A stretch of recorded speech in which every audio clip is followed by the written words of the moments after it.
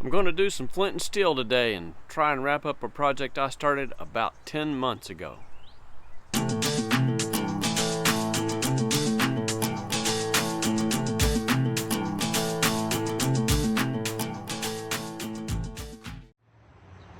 Last fall I came across a video, and I'll put a link to that video down in the description.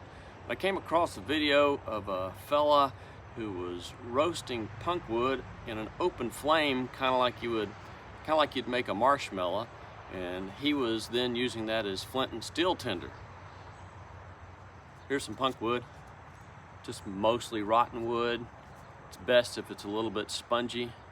You can find this in old stumps and fallen logs out in the woods. Well, I'd seen a lot of videos of people roasting punkwood in char tins, kind of like you would make char cloth, but I'd never seen anybody roasting punkwood just out in the open flames. So I decided I'd have to give that a try. Well, sometime maybe just before Thanksgiving, my family gathered around the backyard fire pit, and I had to roast me some punkwood. And I saved it in my little tinderbox and set it aside and totally forgot about it. I had to do some paperwork and make some other preparations in advance of my retirement last December, and I totally forgot about this project until yesterday. I was going through some of my fire making materials and I discovered my little tinderbox and realized I had some punkwood that was about 10 months old now, and I need to pull it out and give it a try. So that's what this video is about. I'm going to throw some sparks into it in just a little bit and see if we can make it work. But first, here's a clip or two of me roasting some of this punkwood from about 10 months ago. Hey Dad, what you doing? I am attempting to make charred punkwood over an open fire just by getting it real hot.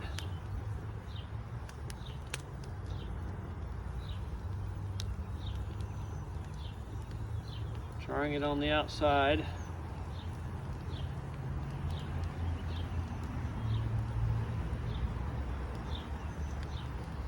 Then put it into that tin.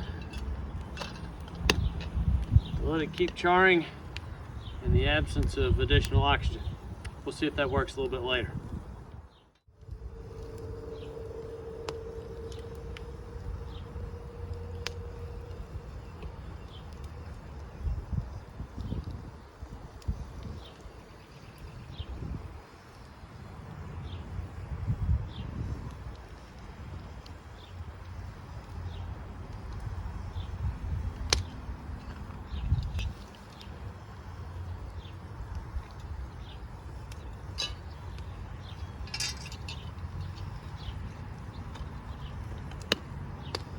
That was easy.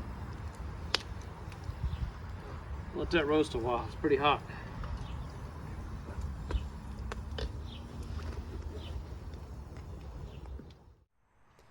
Before I get too far underway, I wanted to give you a close-up of what this out in the open roasted charred punkwood looks like. It's really kind of crumbly. Kind of fell apart on me. And you can see that it's mostly just charred right on the surface. It's not charred through and through. This little piece, fell off of this bigger piece when I started playing with it. Here's a nice big piece. Still only charred on the surface, but most of it's just that little crumbly stuff. Alright, I'm gonna go make a tinder bundle and see if we can throw some sparks.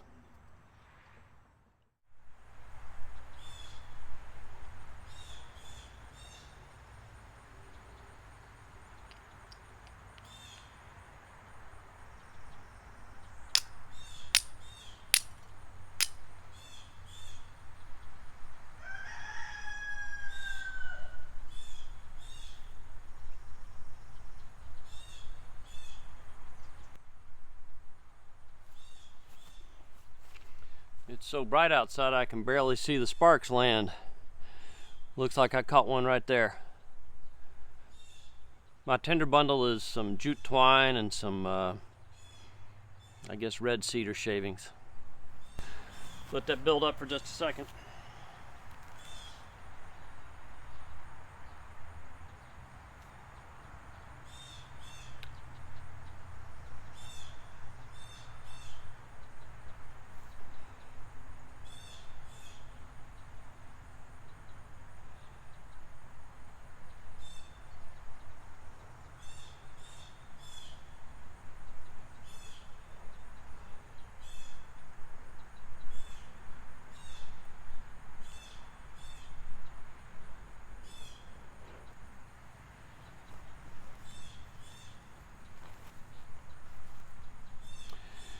There you go. Punkwood roasted over an open fire works great as flint and steel tinder.